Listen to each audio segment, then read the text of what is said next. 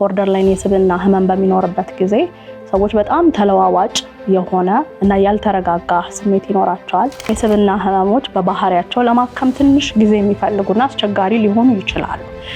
ቦርደርላይን የስብዕና ህመም ምልክት ራስን ለመጉዳት መሞከር፣ ራስን ለማጥፋት መሞከር ምልክቶች ውስጥ አንዱ ነው። ሀሳቡን ስናየው ራስን ማጥፋት እንዴት ብለን ነው የምናየው? ለምሳሌ ማንም ሰው ራሱን ሊያጠፋ ስለፈለገ ብቻ ቦርደርላይን ፐርሶናሊቲ አለበት ማለት አይደለም። እሱን ተመልካቾቻችን እንዲረዱት ራስን የማጥፋት ሀሳብ ራሱ ምንድን ነው? ሁል ጊዜ መንፈሳዊነት አብሮ ከህክምና ጋር መሄድ የሚችል ነገር መሆኑን መረዳት ያስፈልጋል።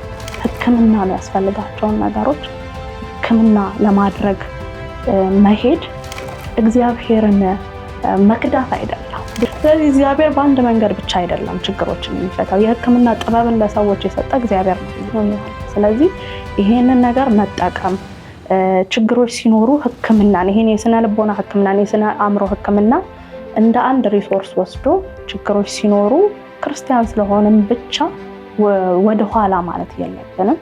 ያሉትን አገልግሎቶች በመጠቀም መዳን ይቻላልና ሰዎች ወደ ህክምና እንዲሄዱ አበረታታለሁ።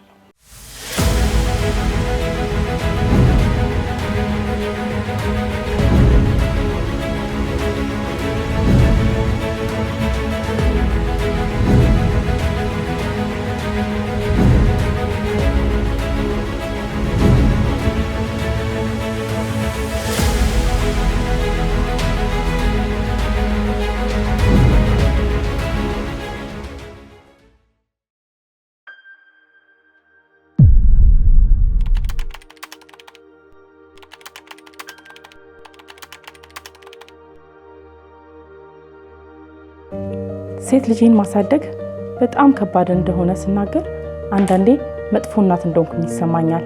ነገር ግን በህይወቴ ካየሁትና ከገጠመኝ ስለሆነ ትክክል ነኝ ብዬ አስባለሁ። ታላቅ ወንድሟን ማሳደግ ብዙ አድካሚ አልነበረም። ነገር ግን ጽዮንዬን ማሳደግ ከመጀመሪያውም ፈታኝ ነበር። ጽዮንዬ እንደማንኛውም ህፃን ደስተኛና ፈገግተኛ አልነበረችም። በጣም አልቃሻ ናት። ማልቀሷን የምታቆመው ስትተኛ ብቻ ነው። ለጠያቂም ለጎረቤትም ታሳቀቃለች። ከሁሉ በላይ የሚያስጨንቀኝ ግን ልጄ ምን ሆና ነው እንደዚህ የምታለቅሰው የሚለው ነበር። ገና ከአራስነቷ ጀምሮ በጣም ስለምትታመምብኝ በተደጋጋሚ ወደ ህክምና ወስዳታለሁ። በህክምናው ይህ ነው የሚለው መፍትሄ ሳይገኝላት ቀረ። ይቺን ትንሽዬ ልጄን ከህመሟ እንድታርፍ ለማድረግ ባለመቻሌ እጅግ በጣም አዝን ነበር። በዚህ ሁሉ ትግል ውስጥ ጽዮንዬ ካደገች በኋላ መከራው አላበቃም። ቀጣይነት ያለው የጆሮ ኢንፌክሽን አጋጠማትና 3 ዓመት ሳይሞላት ተደጋጋሚ ቀዶ ህክምናዎችን አደረገች። የሚያሳዝነው ደግሞ የጆሮዋ ችግር ሌላ መዘዝ ይዞባት መጣ። የመስማትና የንግግር ችሎታዋም ቀንሶባት ነበር። ከዚህ በተጨማሪም ጽዮንዬ አቴንሽን ዴፊሲት ዲስኦርደር ወይም ሐኪሞች ADD የሚሉት በሽታ እንዳለባት አሳወቁ። ያለባትን አካላዊ ህመም ሳያንስ ስነ ልቦናዊ ቀውስ ውስጥ ይህችን የመሰለች ትንሽዬ ልጄ በዚህ ውስጥ ስታልፍ ለእናት ይህ ምን ማለት እንደሆነ ለመረዳት አይከብድም። ይህ የአእምሮ ህመም ባይሆንም ችላ የሚባል ነገር ግን አልነበረም። ለእያንዳንዱ በሽታ የተሰጣት መድኃኒት ብዙ በመሆኑ ከእድሜዋ በላይ እንዳይሆን በጣም እጨነቅ ነበረ። በችግር ላይ ሌላ ችግር ግራ ገባኝ። ለአቴንሽን ዴፊሲት ዲስኦርደር የተሰጣት መድኃኒት ጥሩ ለውጥ ስላመጣ መዋለ ህጻናት መግባት እንደምትችል ተነገረ። በጣም ደስተኛ ሆንኩኝ። እሷን የሚመስሉ ህጻናት ጋር ስትውል ምናልባት ጥሩ ለውጥ ልታመጣ እንደምትችል አሰብኩኝ። የሚገርመው የንግግር ችሎቷ ጥሩ ለውጥ አመጣ። ነገር ግን ጽዮንዬ መዋለ ህጻናት መሄድ ስትጀምር ሌላ አመል አመጣች። ከትምህርት ቤት ከክፍሏ ተደብቃ ሌላ ክፍል መሆን ትመርጣለች። ብቻዋን መሆን ነው የሚያስደስታት። ቤትም ስትመጣ ሰው የሌለበትን ቦታ ታዘውትራለች። በምክርም በተግሳጽም ሞከር ነው። ነገር ግን የፈለገችውን ከማድረግ አትመለስም እና እያደገች ስትመጣ ይህ ባህሪ አብሯት አደገ። በየክፍሉ ከመደበቅ አልፎ አንዳንዴም ከቤት መጥፋት ጀመረች። በጣም አስጨናቂ ነበር። ምን እንደሆነች አትናገርም። እኔም በልጅነት የጾታዊ ጥቃት ደርሶብኝ ስለነበረ ስለ ጽዮንዬ ምናልባት ብዬ አስብ ነበር። ላናገራትም ሞክሬ ነበር፣ ግን ምንም ፍንጭ ልትሰጠን አልቻለችም። እያደረግን ከባድ የስነ ልቦና ህመም እንዳለባት በልጄ ላይ በግልጽ ማስተዋል ጀመርኩኝ። አንድ ቀን ጠፋችብን። ብትፈለግ ልትገኝ አልቻለችም። ወደ አመሻሹ ለፖሊስ ለማመልከት ፖሊስ ጣቢያ ስንሄድ እዛው ፖሊስ ጣቢያ ውስጥ አገኘናት። የመገኘቷ ደስታ ግን ከፖሊሶች በሰማነው ነገር ወዲያውኑ ጠለሸ። አባቷ ወሲባዊ ጥቃት እየፈጸመባት በመሆኑ አባቷን ለመክሰስ እንደመጣች ተነገረን። ስትወለድ ጀምሮ አንድም ቀን እንደ ሕፃን ጤነኛና ደስተኛ ያልነበረች ልጅ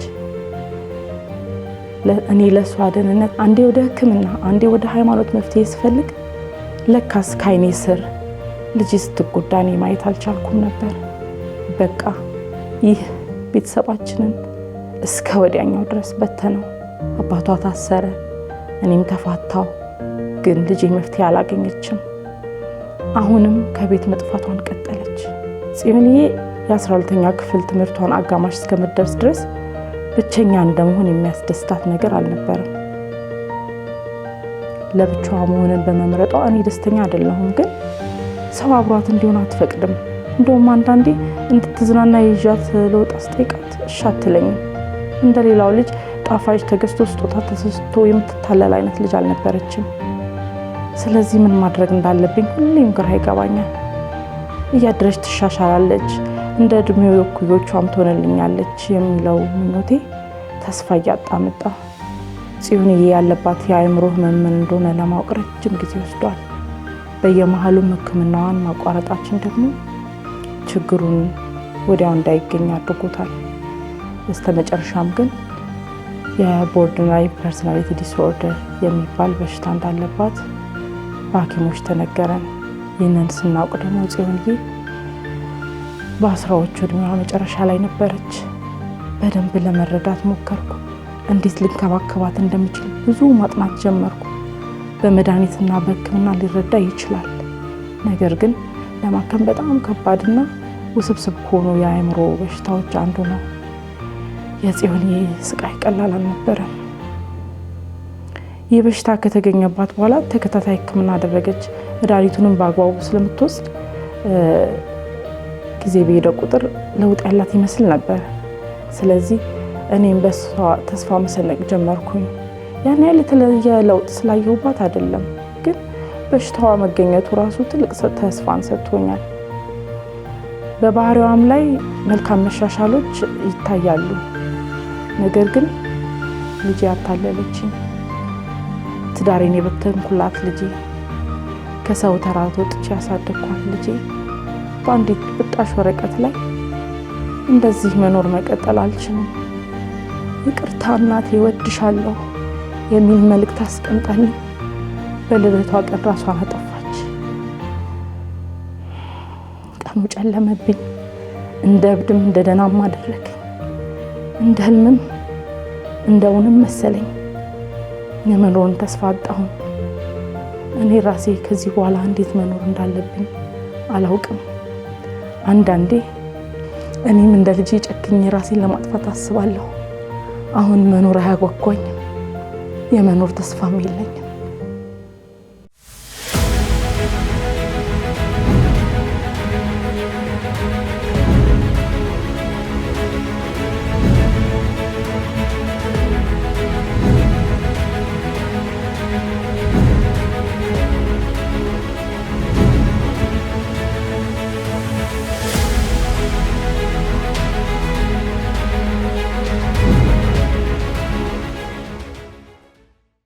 ሰላም ተመልካቾቻችን፣ ይሄ ገመና የተሰኘው ፕሮግራማችን ነው።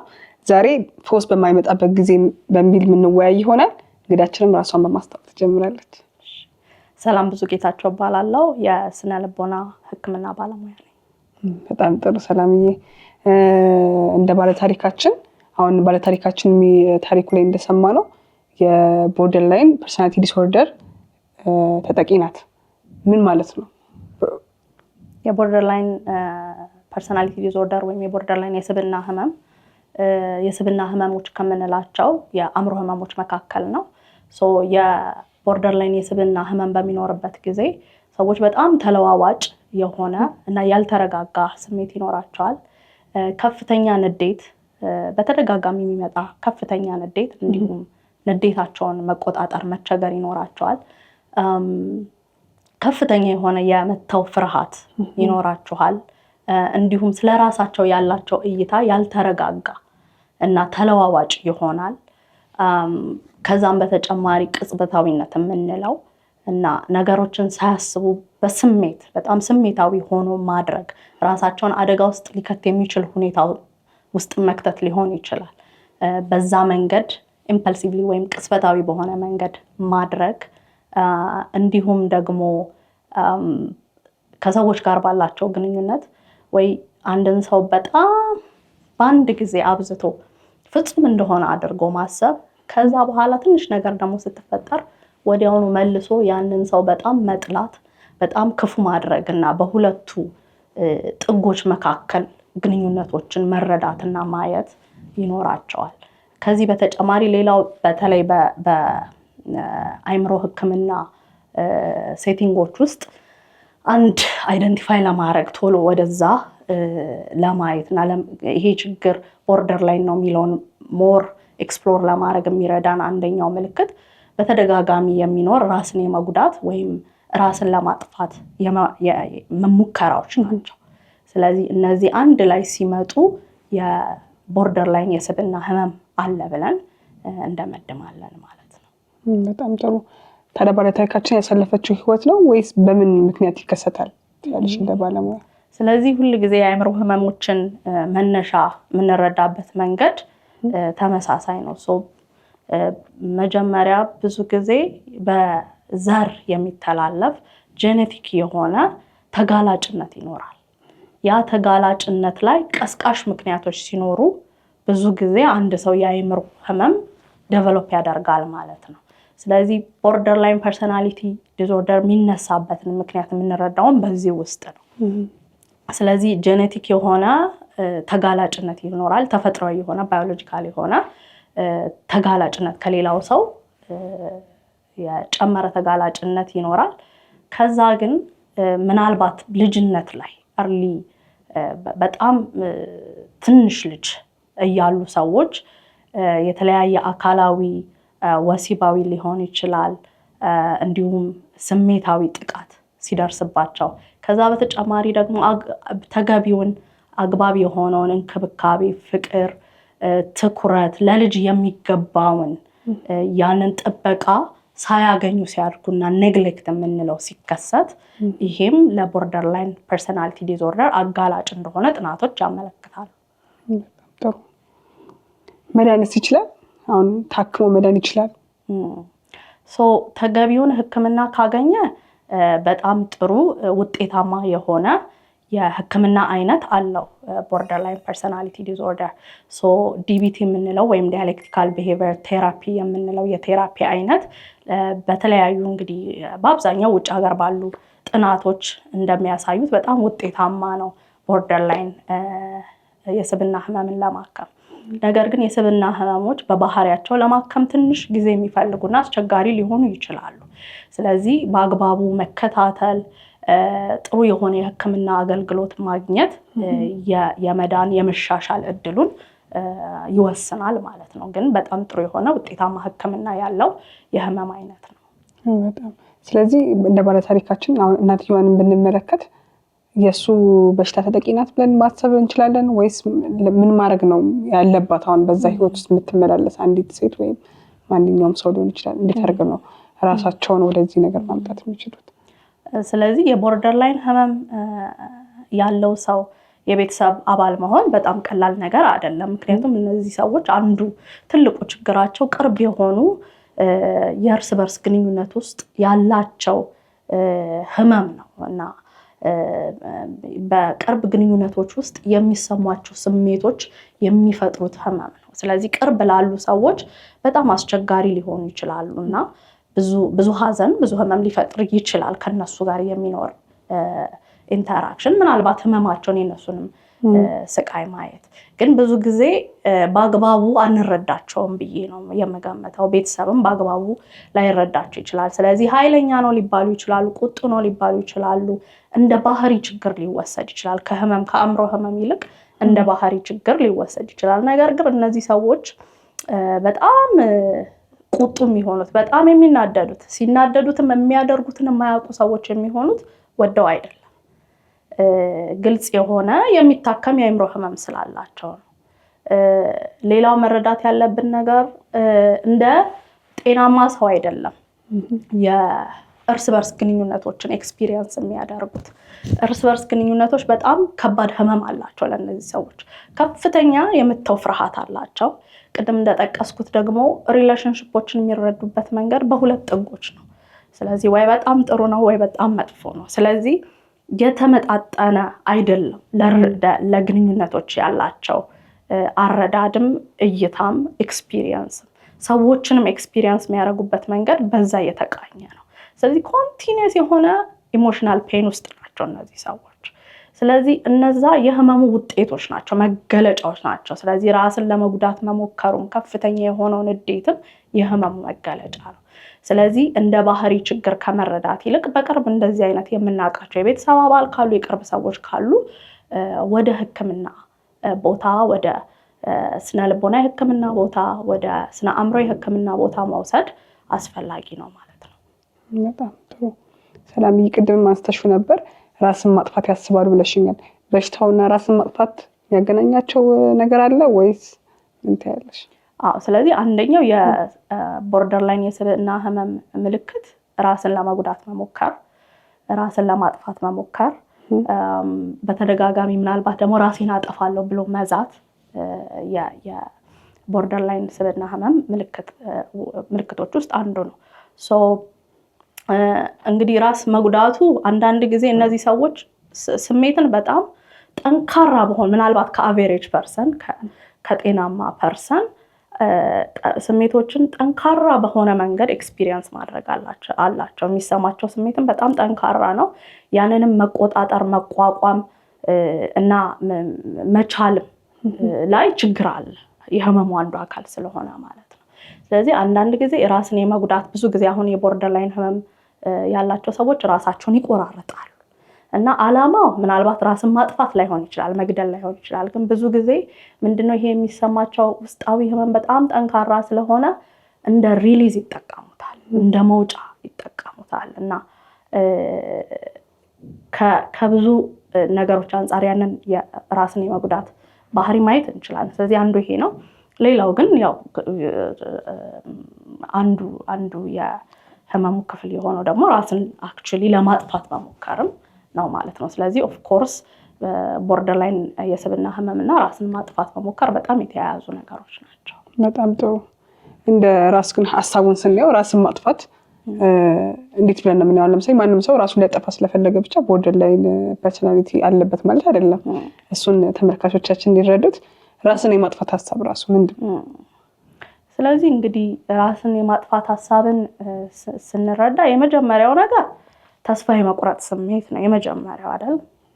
ተስፋ የመቁረጥ ስሜት። ከዛ በኋላ ብዙም አክቲቭ ያልሆነ ግን በቃ በሞት ከዚህ ሁሉ በሞት ይሻለኛል፣ ባርፍ በገላገል ይሻለኛል የሚለው ስሜት ነው። ከዛ ከሱ አደግ ሲል እንደዛ ፓሲቭ ከሆነው ሞትን ከመመኘት አደግ ሲል ምን ይሆናል?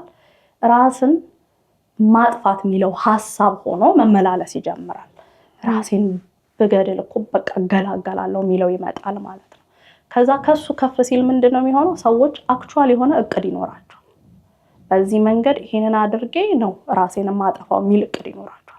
ብዙ ጊዜ እቅድ ጋር ከደረሱ ጠንካራ የሆነ ምላሽ ያስፈልገዋል። በህክምና ምላሽ ያስፈልገዋል፣ በቅርብ ሰዎች ምላሽ ያስፈልገዋል። አደገኛ ነው። ምክንያቱም እኚህ ሰዎች የመፈጸም እድላቸው በጣም ጠንካራ ነው ማለት ነው እቅድ ካላቸው። ከዛ በኋላ ነው አክቹሊ ነገሩን መሞከር እና ከተሳካ ደግሞ ራስን ወደ መግደል የሚሄደው ማለት ነው። በጣም ጥሩ። መድኃኒት ይችላል እንግዲህ ህክምና ይፈልጋል። የቅርብ ሰዎችን እርዳታ ይፈልጋል። የተባበረ ነው። ሕክምና የሚሰጡ ባለሙያዎች እንዲሁም ቤተሰብ፣ የቅርብ ሰዎች ተባብረው ነው ይሄንን ሰው የሚያድኑት። ስለዚህ ተገቢው ሕክምና ካገኘ ኦፍኮርስ መዳን ይችላል። ቅድም ግን ቦርደር ላይን ህመም ያላቸው ሰዎች ብቻ ናቸው እንደ ማጥፋት ሀሳብ ያላቸው ወይም የማጥፋት ሀሳብ ካለ ቦርደር ላይን አለ ብቻ ማለት ነው የሚለውን ጥያቄ አልመለስኩም። ያ ማለት እንደዛ አይደለም። የማጥፋት ሀሳብ አለ ማለት ቦርደር ላይን ነው ማለት አይደለም። ሌላ የአእምሮ ችግሮችም ከራስ ማጥፋት ጋር የተገናኙ አሉ። የምናውቀው ነገር ምንድነው? ስለ ራስ ማጥፋት ከ10 ራስ ማጥፋቶች 9 ወይም 90 በመቶ የሆነ አይነት የአእምሮ ህመም ያላቸው ሰዎች ናቸው ራሳቸውን የሚያጠፉት። ስለዚህ ሌሎችም የአእምሮ ህመሞች ለራስ ማጥፋት ሪስክ ናቸው ማለት ነው። ስለዚህ ቦርደር ላይን ህመም ብቻ አይደለም። በጣም አመሰግናለሁ። መታከም ይችላል ብለሽኛል። እሱንም ተመልካቾችን በደንብ የሚይዙት ነጥብ ይሆናል ብዬ አስባለሁ። እንደ ክርስቲያን እና እንደ ባለሙያ እንደዚህ ተመሳሳይ ሁኔታ ላይ ያሉ ምን ትያለሽ? ስለዚህ ሁሉ ጊዜ እኛ እንግዲህ በስነ አእምሮ ህክምና ወይም በስነ ልቦና ህክምና ውስጥ መንፈሳዊነትን የምንረዳው እንዴት ነው? እንደ አንድ ፕሮቴክቲቭ እንደሆነ እንደ አንድ ጥበቃ የሚሰጥ ነገር ነው የምንቆጥረው። ስለዚህ ሁሉ ጊዜ የስነ አእምሮ ሐኪሞችም የስነ ልቦና ባለሙያዎችም ያበረታታሉ ጠቃሚና ጥበቃ የሚሰጥ እንደሆነ በማመን ማለት ነው። ስለዚህ ሁሉ ጊዜ መንፈሳዊነት አብሮ ከህክምና ጋር መሄድ የሚችል ነገር መሆኑን መረዳት ያስፈልጋል። እና ጸሎት በጣም ጥሩ ነገር ነው። በጸሎት አምናለሁ። ጸሎት ብዙ ነገሮችን እንደሚፈታ እናውቃለን። ግን ደግሞ ህክምና የሚያስፈልጋቸውን ነገሮች ህክምና ለማድረግ መሄድ እግዚአብሔርን መክዳት አይደለም። ብዙ ጊዜ እንደዛ አይነት ሀሳብ አለ በክርስቲያን ኮሚኒቲ ውስጥ እና ግን ሰዎች አካላዊ ህመም ሲታመሙ ሐኪም ቤት ይሄዳሉ አይደለ? ክርስቲያንን ብለው ወደ ኋላ አይሉ አይደል? ሰርጀሪ የሚያደርጉ ፓስተሮችን እናውቃለን አይደል? ስለዚህ እግዚአብሔር በአንድ መንገድ ብቻ አይደለም ችግሮችን የሚፈታው። የህክምና ጥበብን ለሰዎች የሰጠ እግዚአብሔር ነው። ስለዚህ ይሄንን ነገር መጠቀም ችግሮች ሲኖሩ ህክምናን ይሄን የስነ ልቦና ህክምናን የስነ አእምሮ ህክምና እንደ አንድ ሪሶርስ ወስዶ ችግሮች ሲኖሩ ክርስቲያን ስለሆነም ብቻ ወደ ኋላ ማለት የለብንም። ያሉትን አገልግሎቶች በመጠቀም መዳን ይቻላልና ሰዎች ወደ ህክምና እንዲሄዱ አበረታታለሁ። በጣም ጥሩ። ሰላምዬ እንዳየነው የባለታሪካችን እንትን የህክምና እንትን ቦርደር ላይ ዲስኦርደር አለባት ነው እና እሱ ነገር ቀድሞ መታወቅ ይችላል። በልጅነት እድሜያቸው አንድ ልጆች ይሄ ዲያግኖስ መደረግ ይችላል። ብዙ ጊዜ የስብዕና ህመሞችን ከ18 ዓመት በፊት ዲያግኖስ አናደርግም። የስብዕና ህመሞች ስለሆኑ ስብዕና ደግሞ ከ18 ዓመት በፊት የሚጠናከር ነገር ነው ብለን ስለማናምን ስለዚህ ከ18 ዓመት በፊት ብዙ ጊዜ አይደረግም ዲያግኖስ እና ይሄ ህመም ለማከም አንድ ሰው ከ18 ዓመት በላይ መሆን አለበት ነው ብሎ ለመሰየም ከ18 ዓመት በላይ መጠበቅ አለብን። በጣም ጥሩ። ስለዚህ ወላጆች እንዴት ነው ማድረግ ያለባቸው? አሁን ብዙ ልጆች 18 ሳይሞላቸው ብዙ አይነት ባህሪዎች የሚያሳዩ አሉ። ወላጅ እንዴት እነሱን መርዳት ይችላል? ምንስ ተብሎ ይጠራል? ለምሳሌ አንድ ሰው ለስብዕና በቃ የሚባለው 18 ዓመት ላይ ከሆነ ምን ማድረግ አለበት ወላጆች? ስለዚህ እንግዲህ ይሄ በተለይ አሁን ራስን የመጉዳት ባህሪ እስከ ወደ 10 ዓመት ጀምሮ 12 ዓመት ጀምሮ ድረስ ሊሄድ ይችላል። አቴንቲቭ መሆን ነው አንደኛው ነገር አይደለ? ለልጆች ስሜት ትኩረት መስጠት ልክ ለሌላው ምናልባት ፊዚካል ኒዳቸው ትኩረት እንደምንሰጠው ልጆቻችን ላይ የምናያቸውም የባህሪም የስሜትም ለውጦች ትኩረት መስጠት እንደ ወላጅ ደግሞ ለልጆቻችን ሴፍ የሆነ ሊደገፉብን የሚችሉ ሊነግሩን የሚችሉ ሲነግሩንም ደግሞ አብረን ተረብሸን ሳይሆን ቀላል እንዳልሆነ አውቃለሁ። ግን በተረጋጋ መንፈስ ያንን የሴፍቲ መዘርጋት የምንችል ያንን የደህንነት ስሜት መስጠት የምንችል ኢሞሽናል የሆነ የደህንነት ስሜት መስጠት የምንችል ለመሆን ራሳችን ላይ መስራትም አንደኛው ነገር ሊሆን ይችላል እና የምንመለስባቸው መንገዶች ምናልባት ያ ህመም አድጎ ሊደርስበት የሚችለውን ደረጃ ሊመልሰው ይችላል፣ ሊቀይረው ይችላል፣ ኮርሱን ሊቀይረው ይችላል። እኛ ልናረጋቸው የምንችላቸው ነገሮች ሊረዱ ይችላሉ። ስለዚህ ሁልጊዜም የምንመለስበት መንገድ በጣም አስፈላጊ ነው። ሌላው ግን ያው ከህክምና ወደኋላ አለማለት ነው። ስለዚህ የግል የህክምና ተቋማት አሉ። አሁን ደግሞ በመንግስት የህክምና ተቋማቶች ውስጥ የስነ አእምሮ ህክምና በደንብ እየተስፋፋ ነው። በብዙ የአዲስ አበባ አሁን በብዙ የመንግስት ሆስፒታሎች ውስጥ ማግኘት ይቻላል የስነ አእምሮ ህክምና።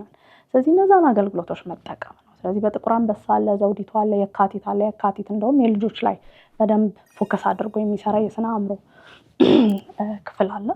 ስለዚህ እነዚህን አገልግሎቶች መጠቀም ነው። ከህክምና ሻይዌ አለማድረግ ነው፣ ወደኋላ አለማለት ነው። ሌላኛው ላይ ያደረጉ ይችላል። በጣም ጥሩ። ግን አሁን ባለታሪካችን እኮ በጣም አጥብቄ ጠይቃት ነበር፣ ግን ምንም ፍንጭ ልትሰጠኝ አልቻለችም ትላለች በተደጋጋሚና ፍንጭ ሊሰጡን አሁን ለምሳሌ አቀረቤታችን እስከ ድረስ መሆን አለበት ያልሽ እንደ ባለሙያ። ስለዚህ አንዳንድ ነገሮች ችግር ሲከሰቱ ድንገት አይመጡም አይደለ? ከልጅነት ቢልድ ያደረግናቸው የገነባናቸው ነገሮች ናቸው መሰረት የሚሰሩት አይደለ? ስለዚህ ብዙ ወላጆች ያንን አቴንሽን ሳይሰጡ አይደለ? ያንን ሳይለማመዱ ይቆዩና ድንገት ችግር ሲፈጠር ይደነግጡና ሌላ ወላጅ ይሆናሉ ለልጆቻቸው። እነሱ ሌላ ወላጅ ሲሆኑ ግን ልጆች ወዲያውኑ ተቀይረው ሌላ ልጅ አይሆኑም አይደለ? ያ የገነባነው ነገር ሁልጊዜ መሰረቱ ኢምፖርታንት እንደሆነ ማወቅ አለብን። ስለዚህ አሁን እቺ ሴት ምን ማድረግ አለባት ብትይኝ፣ ሐኪሟ ልትሆን አትችልም ለልጇ፣ ግን ጥሩ እናት ለመሆን መሞከር ትችላለች። ስለዚህ መለየት ነው አይደለ? እኔ በእናትነት ለረዳው የምችለው ችግር የትኛው ነው? ይሄ ነገር ግን ከአቅሜ በላይ ይመስላል፣ ባለሙያ ሊያስፈልገው ይችላል የሚለውን ደግሞ መለየት ሌላው ነገር ነው አይደል? ስለዚህ ምናልባት በጊዜ ደግሞ ተገቢውን ህክምና እንድታገኝ መሞከር፣ ህክምናው ብዙ እየረዳ ካልሆነ ምናልባት ሌላ ሐኪም ጋር መቀየር፣ ሌላ ህክምና መሞከር ሊሆን ይችላል ታደርግ የምትችለው ነገር። ስለዚህ ምናልባት ከአቅሟ በላይ የሆነውን ነገር ባለሙያ ጋር መውሰድ ሊሆን ይችላል። በጣም ጥሩ። ባለታሪካችንም ከደረሰባት ጫና በልጇ ላይ የተፈጠረው ራሷን ማጥፋቷ የነበሩት የተደራረቡ ሁኔታዎች ራሷን ለማጥፋት ሀሳብ ውስጥ እንድትገባ አድርጓታል እና እሱን እንዴት እናየዋለን? የእሷስ እንዴት ይታያል? ስለዚህ የሚወዱትን ሰው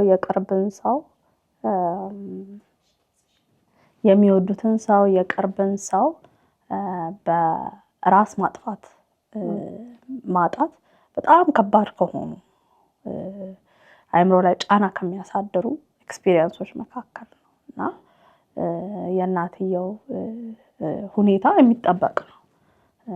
በጣም ከባድ ነገር ነው ያስተናገደችው። ስለዚህ ይሄ ከፍተኛ የአእምሮ ጫና ሊኖረው ይችላል።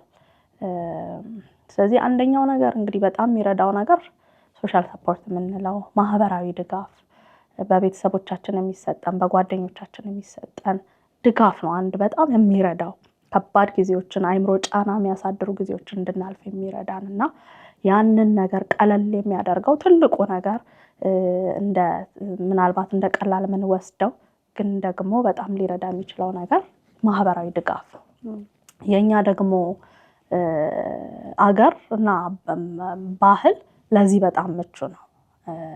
የተራዘመ የለቅሶ ስነ ስርዓት ነው ያለንና ሰዎች በጣም ብዙ ድጋፍ ያገኛሉ የሚወዱትን ሰው በሚያጡበት ጊዜና ለመጣው ሰው ሁሉ መናገር አለ፣ እንደዚህ ሆኖ እንደዛ ሆኖ ነው የሚለው ነገር አለ እና አንዳንድ ስሜቶችን በዛ ውስጥ ፕሮሰስ እንዲያደርጉ ይረዳል። የኛ የለቅሶ ስነ ስርዓት በጣም ድጋፍ ያለው ነው። ብቻቸውን እንደተነጠሉ እንዳይሰማቸው ያደርጋቸዋል እና ይሄንን ያለውን ማህበራዊ ድጋፍ ማጠናከር ለዚህ ሴት ኢንቴንሽናሊ በአካባቢ ያሉ ሰዎች ተረድተው የችግሩን ክብደት ድጋፍ መስጠት።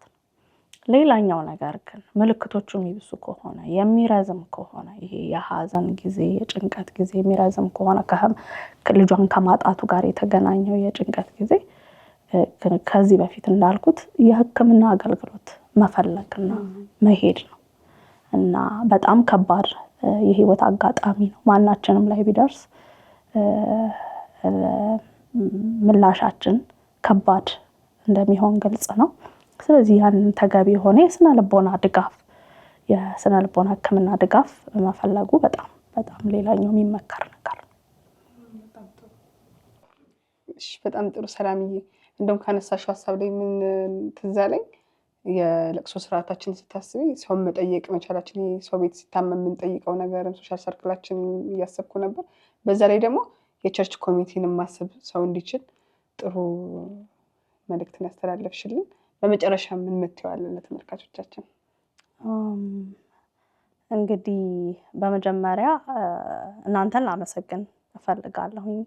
እንደ ቸርች ኦርጋናይዜሽን የአእምሮ ህመም ላይ ትኩረት ሰጥታችሁ ለመስራት በማቀዳችሁ በመፈለጋችሁ እና ይሄንን ፕላትፎርም በመፍጠራችሁ እነዚህ ዲስከሽኖች እንዲኖሩ በጣም ላመሰግናችሁ እወዳለሁ። ምክንያቱም ትኩረት የሚፈልግ ነገር ነውና ብዙ ስቲግማም ያለው ደግሞ በተለይ በቤተክርስቲያን አካባቢ ስቲግማ ያለው ነገር እንደሆነ እናውቃለን። ስለዚህ ይሄንን ዲስከሽን ኦፕን ማድረጋችሁ በጣም ጥሩ ነው ብዬ አስባለሁ። አመሰግናችኋለሁ። ከዛ ውጪ እንግዲህ ብዙ እስካሁን ካልኩት የተለየ ነገር እምለው የለም። ግን በአካባቢያችን እንደዚህ የስነ ልቦና የስነ አእምሮ ህመም ምልክቶችን የሚያሳዩ ሰዎች በሚኖሩበት ጊዜ ወደ ህክምና አገልግሎት እንዲሄዱ ኢንካሬጅ ማድረግ፣ የተለየ ስያሜ አለመስጠት፣ አለማግለል። ምክንያቱም ማናችንም ላይ ሊያጋጥም የሚችል ነገር ነው። የአእምሮ ህመም ማንም ሰው ሙሉ በሙሉ ነፃ ነው የሚባል ሰው የለም። በማንኛውም የእድሜ ክፍል ሊያጋጥም የሚችል ነገር ነውና የጋራ ጉዳይ መሆኑን ተረድቶ አንደኛ ሰፖርት መስጠት ለሰዎች። እንግዲህ ይሄ መጽሐፍ ቅዱሳዊም ነው አይደለ? ደግ መሆን አይደለ? እና የእግዚአብሔር አይነት ልብ መጽሐፍ ቅዱሳዊም ነው እና ስለዚህ ያንን ሰፖርት ለመስጠት ፈቃደኛ መሆን። ከዛ ውጪ ግን ኢንካሬጅ ማድረግ እንዲሄዱ የህክምና አገልግሎት እንዲሄዱ ኢንካሬጅ ማድረግ በጣም ጥሩ ነው ብዬ አስባለሁ። ይሄንንም ደግሞ ምልክቶች እነዚህ የአእምሮ ህመም ምልክቶች በራሳቸውም ላይ የሚያዩ ሰዎች ወደ ህክምና አገልግሎቶች እንዲመጡ አበረታታለሁ። በጣም አመሰግናለሁ። እኛም በጣም እናመሰግናለን እዚህ ስቱዲዮ ድረስ ጥሪያችንን አክብረሽ ስለተገኘሽልን። እሺ ተመልካቾቻችን፣ የነበረን ቆይታ ይህን ይመስል ነበር። በብዙ እንደተማራችሁበት ተስፋ አደርጋለሁ። ሰላምን ማግኘት ለምትፈልጉ ሴፍ ሃቨን ሳይኮቴራፒ አድራሻቸው ቦሌ ዩጎ ፊት ለፊት ዘርጋው ህንፃ 6ኛ ፎቅ ላይ ይገኛሉ። እንዲሁም በተመሳሳይ ሁኔታ ውስጥ ለምትገኙ እንደ ባለታሪካችን ላላችሁ ደግሞ ታች ባለው ስልክ ብጽፉልን አማካሪዎች ስላሉ ምናማክራችሁ ይሆናል። እስከ ቀጣይ ጊዜ ሰላም ሁኑ።